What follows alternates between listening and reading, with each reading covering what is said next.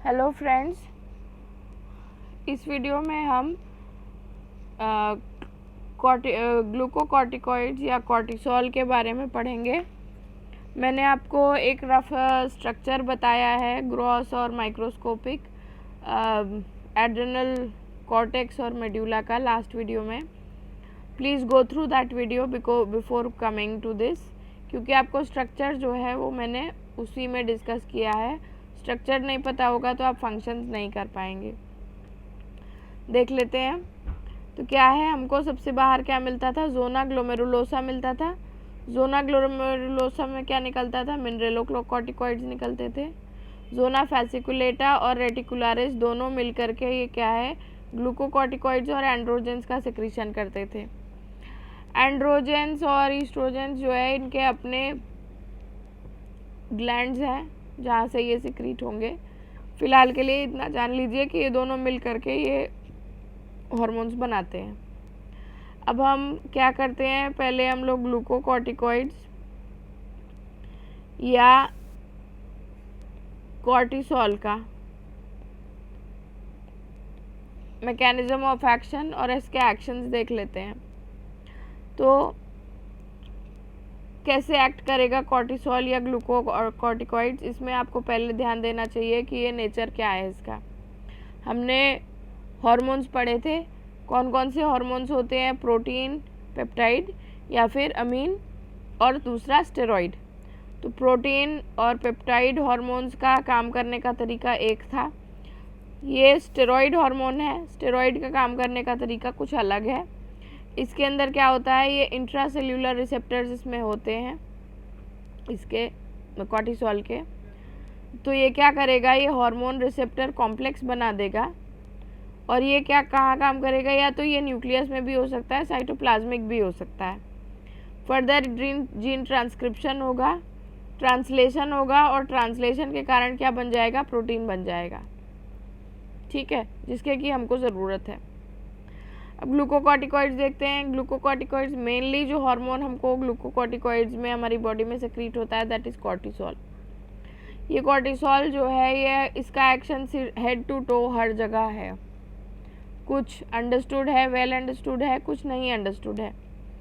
तो इसके एक्शंस देख लेते हैं हम लोग। मेनली क्या है, मेनली ये क्या काम करेगा, ये स्ट्रेस से कोप अप करने के लिए है। Cortisol is for coping up with stress. ठीक है, अब ये स्ट्रेस पे काम करता है, लेकिन ये क्या करेगा, इसके जितने भी एक्शंस हैं वो सब स्ट्रेस कंडीशन से बाहर निकलने के लिए हमारी बॉडी में काम करते हैं। ठीक है, this stress can be acute और क्रोनिक। स्ट्रेस कंडीशन कौन सी होती है, जब आपकी सिंपैथेटिक ड्राइव बढ़ती है या फिर जो आपकी फाइट फ्लाइट वाली रिस्पॉन्स है, इसको स्ट्रेस कंडीशन कहते हैं, है कि नहीं। स्ट्रेस जो है वो सिंपैथेटिक एक्टिविटी है। तो पहले देखते हैं ये क्या काम करेगा, how does it affect carbohydrate metabolism. Carbohydrate metabolism में देखिए, स्ट्रेस में if you like kind of like try to correlate with stress, correlate with the sympathetic system, आप इसको अच्छे से समझ लेंगे। देखिए, सिंपैथेटिक का मतलब क्या है कि हमको इमीडिएटली ज़रूरत है, ठीक है, एटीपी की। ठीक है, इमीडिएटली हमको एनर्जी की ज़रूरत है। पैरासिम्पैथेटिक एक्टिविटी क्या होती है, रेस्ट एंड डाइजेस्ट। और सिंपैथेटिक कौन सी होती है, फाइट और फ्लाइट। तो जब आप फाइट और फ्लाइट में हैं, जब आपको भागना है सिचुएशन से, या फिर जब आपको जो है लड़ना है किसी चीज़ से, तो आपको क्या चाहिए, एक्सेस एनर्जी चाहिए। तो कार्बोहाइड्रेट मेटाबॉलिज्म देखिए, जब ये स्ट्रेस से कोप अप करने में आपको हेल्प कर रहा है ये हार्मोन, तो ये क्या करेगा, कार्बोहाइड्रेट मेटाबॉलिज्म जो है इसको इंक्रीज करना चाहिए। ठीक है, कार्बोहाइड्रेट मेटाबॉलिज्म ज़्यादा से ज़्यादा हो, ये प्रमोट करना चाहिए इसको, क्योंकि हमको क्या चाहिए हमको चाहिए ATP, energy in the form of packets कौन से हैं, एटीपी। तो एटीपी कहाँ से बनेगा, देखिए ग्लाइकोलिसिस तो मेन चीज़ है। ठीक है, हम आगे बायोकेम में ये सब पढ़ेंगे। तो ग्लाइकोलिसिस मेन चीज़ है, एरोबिक ग्लाइकोलिसिस, जिससे कि हम एटीपी बना सकते हैं। दूसरे और सोर्सेज भी जो है कंटिन्यू हो जाएंगे, स्टार्ट हो जाएंगे। जैसे कि ग्लूकोनियोजेनेसिस। ग्लूकोनियोजेनेसिस क्या होता है? नॉन ग्लूकोज सोर्सेज से जब हम एटीपी बनाने लगते हैं, ठीक है, जैसे कि प्रोटीन से या फैटी एसिड से हम कुछ बनाने लगे, कीटोन बॉडीज बनने लगे, वो यूटिलाइज होने लगे। तो एनर्जी के लिए हम एटीपी की जगह या ग्लूकोज के बाई प्रोडक्ट्स की जगह कुछ और यूटिलाइज करने लगे, तो ये ग्लूकोनियोजेनेसिस है, ठीक है। तो हमको एनर्जी चाहिए, तो ये नॉन ग्लूकोज सोर्सेज से भी क्या करेगा? एनर्जी हमको प्रोवाइड कराने लगेगा। देयर आफ्टर ये पेरिफेरल यूटिलाइजेशन ऑफ ग्लूकोज को डिक्रीज कर देगा, ठीक है। आपके जो वाइटल ऑर्गन्स हैं, इसको जो है ग्लूकोज मिलने लगेगा, लेकिन आपके जो ऑर्गन्स की जिनकी अभी ज़रूरत नहीं है, वो सारे ऑर्गन्स जो हैं वो लेटेंट पड़ जाएंगे, उनको जो है यूटिलाइजेशन नहीं होगा वहाँ पे ग्लूकोज का। जैसे कि आपका ब्रेन जो है, ब्रेन को एक्स्ट्रा एनर्जी चाहिए स्ट्रेस के टाइम पे सोचने के लिए कि उसे क्या करना है। हार्ट है, हार्ट को एक्स्ट्रा एनर्जी चाहिए उस टाइम पे, क्योंकि वो पंप करेगा तब सब जगह जो है ब्लड पहुँचेगा। तो ब्रेन और हार्ट जो है वाइटल टिश्यूज़ हैं, इनको जो है यूटिलाइजेशन ग्लूकोज का ये करेंगे, इनको ब्लड सप्लाई खूब सारी मिलेगी, ठीक है। लेकिन आपका जो पैरासिम्पैथेटिक में काम करते हैं, जो आपका जीआई ट्रैक्ट है, उसमें जो है नहीं होगा। दूसरा चीज़ ये है कि जिस मसल को आपको यूज़ करना है, सपोज़ आपको भागना है तो आप उसका क्या कहते हैं, स्केलेटल मसल में जाएगा, लेकिन जिस मसल की आपको उस समय फ्लाइट और फाइट के टाइम पे ज़रूरत नहीं है, वहाँ पे क्या है, ग्लूकोज का यूटिलाइजेशन नहीं होगा। देयर आफ्टर हम पहुँचते हैं इसमें क्या, ग्लाइकोजेनोलिसिस है ये, मतलब जो स्टोर्ड ग्लूकोज है, ग्लूकोज का ही पॉलीमर है ग्लाइकोजन, अब ग्लाइकोजन को ये तोड़ने लगेगा, ठीक है। ग्लाइकोजन को तोड़ने लगेगा तो ग्लाइकोजन से भी ग्लूकोज बनने लगेगा, ठीक है।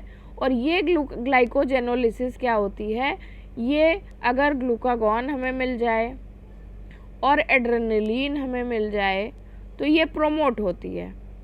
तो कॉर्टिसोल जो है इन दोनों हार्मोन्स को प्रोमोट करता है, इनकी सेक्रीशन, ठीक है, और जिसके कारण क्या है, ग्लाइकोजेनोलिसिस होती है।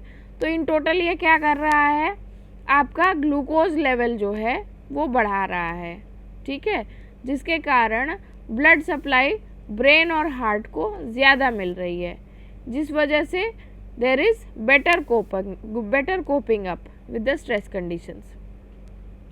फर्दर देखते हैं प्रोटीन मेटाबॉलिज्म में क्या कर रहा है। तो नॉर्मल कंडीशन में क्या करता है, प्रोटीन सिंथेसिस इसमें इंक्रीज होती है, लेकिन जब स्ट्रेस है और कॉर्टिसोल बढ़ गया है, स्ट्रेस में कॉर्टिसोल बढ़ता है, तो जब स्ट्रेस कंडीशन है और कॉर्टिसोल इंक्रीज हुआ है तो प्रोटीन ब्रेकडाउन इंक्रीज होगा हर जगह, leaving out liver. Protein breakdown will increase everywhere in the body, leaving out liver. और ये जो इस प्रोटीन ब्रेकडाउन के कारण जो अमीनो एसिड्स मोबिलाइज्ड हुए हैं वो क्या होंगे, वो ग्लूकोज में कन्वर्ट हो जाएंगे इन द लिवर, ठीक है। ग्लूकोनियोजेनेसिस, प्रोटीन ब्रेकडाउन के कारण जो अमीनो एसिड्स मोबिलाइज हुए हैं वो सब ग्लूकोज में कन्वर्ट होकर के लिवर में स्टोर हो जाएंगे, ठीक है, जिससे क्या होगा, बॉडी की रिक्वायरमेंट्स मीट हो जाएंगी। अब देखिए फैट मेटाबॉलिज्म में ये क्या कर रहा है, फैट मेटाबॉलिज्म के लिए ये लिपोलिसिस को प्रमोट कर रहा है। लाइपोलिसिस क्या है, लाइपोलिसिस है increase breakdown of fat. Directly तो कर ही रहा है, इनडायरेक्टली भी कर रहा है। इनडायरेक्टली कैसे कर रहा है, एड्रेनलिन के एक्शन से, एड्रेनलिन के एक्शन को ये बढ़ा रहा है, और ग्रोथ हार्मोन जो है इसको प्रमोट कर रहा है, जिसके कारण फैटी एसिड जो है मोबिलाइज हो जाते हैं और ये क्या करते हैं, स्ट्रेस कंडीशन से कोप अप करने में हमको हेल्प करते हैं। अब कार्डियोवास्कुलर बेनिफिट्स देखते हैं। कार्डियोवास्कुलर इफेक्ट्स क्या है? कॉर्टिसोल क्या करेगा? नॉर्मल वैस्कुलर इंटेग्रिटी बना के रखेगा। Increased contractility of heart cause करेगा, जिसके कारण क्या होगा? कार्डियक आउटपुट बढ़ जाएगा। फिर देखिए मसल कॉन्ट्रैक्शन पे इसका क्या असर है। मसल कॉन्ट्रैक्शन जो है, इसमें force of skeletal muscle contraction बढ़ जाएगी। इन सब एक्शन से ये क्या कर रहा है? स्ट्रेस में हमको हेल्प कर रहा है। दूसरा इसका एक्शन क्या है? इन्फ्लेमेशन को ये डिक्रीज करेगा कॉर्टिसोल। एक आप सबने देखा होगा, कोविड में हमने ज़्यादातर लोगों को कॉर्टिसोल दिया गया, कॉर्टिकोस्टेरॉइड्स चलाए गए। तो इसका क्या काम है? कॉर्टिकोस्टेरॉइड्स ने क्या किया? लंग के जो वायरस की वजह से जो लंग में इन्फ्लेमेशन हुआ था, उसको जो है ब्रिंग डाउन किया उसने। एंटी इन्फ्लेमेटरी एक्शन के कारण उसने लंग्स को साफ किया, जिस वजह से क्या हुआ? वायरस का, भाई वायरल डिजीज़ तो अपना टाइम ले लेती है, जितना भी उसका इंक्यूबेशन पीरियड है वो उतना टाइम ले लेती है, लेकिन उस बीच में जो आपका इन्फ्लेमेशन हुआ है उसको रिड्यूस करने में हमारे कॉर्टिकोस्टेरॉइड्स ने एक बहुत एमिनेंट रोल प्ले किया है। ठीक है, ये आपके लिए जानना ज़रूरी है भाई, पैंडेमिक में ही हम लोग सब लोग पढ़ रहे हैं। चलिए देन इसका नेक्स्ट फंक्शन क्या है? ये इम्यूनो सप्रेशन करता है। This is something you should know. इसी वजह से ये हम लोग कभी जब अगर किसी डायबिटिक को देते हैं या हाइपरटेंसिव को देते हैं तो उसकी बाकी सारी कंडीशंस हम लोग ध्यान में रख कर के फिर काम करते हैं। ठीक है, चलिए रेगुलेशन देखिए इसका। रेगुलेशन नॉर्मल फीडबैक रेगुलेशन होगी। कहाँ से आता है, कैसे सेक्रीट होता है, ये जान लीजिए।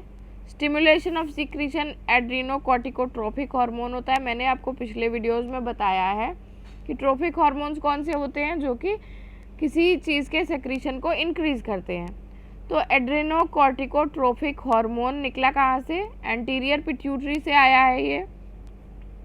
फिर ये कॉर्टिकोट्रोपिन रिलीजिंग हार्मोन है। एड्रीनोकॉर्टिकोट्रोपिन हार्मोन की वजह से ये बना है। कॉर्टिकोट्रोपिन रिलीजिंग हार्मोन की वजह से ये ब्लड सर्कुलेशन में आया है। और ये CRH क्या कहाँ बनता है? ये हाइपोथैलेमस में बनता है। तो ये ब्लड में कैसे डिलीवर हुआ है? Through hypothalamus pituitary adrenal axis. और इसका कंट्रोल जो है ये नॉर्मल फीडबैक मैकेनिज्म से है।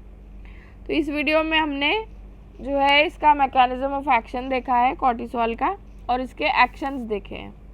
नेक्स्ट वीडियो में हम इसके डिसऑर्डर्स देखेंगे, and that will complete your glucocorticoids. Please like, share and subscribe if you like my content. Thank you.